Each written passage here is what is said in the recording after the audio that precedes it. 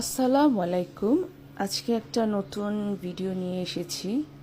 আমি চাচ্ছিলাম না এভাবে কিছু বলি, কারণ আমারও খারাপ লাগে, বাট কিছু করার নাই, সেজন্যই বলছি।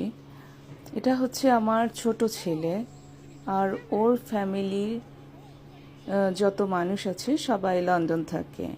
বাবা এবং ফ্যামিলির আত্মীয় স্বজন সবাই, ওরা সবাই সিলেটি। তো এখন আমার সাথে যখনই কোনো প্রবলেম হয়, ওর বাবা আমাকে ব্লক করে দেয়, টাকা বন্ধ করে দেয়। আচ্ছা বলেন, এখন আমি তো চাকরি করি না বা কিছু করি না, তো আমি বাচ্চাকে আমি ডাক্তার দেখাবো কিভাবে, স্কুলে কিভাবে ভর্তি করব? ওর বয়স এখন 5 পড়বে। তো এসব করার জন্য তো আমার টাকা দরকার, আর ও কথা বলে না, একটা দুটা কথা বলে।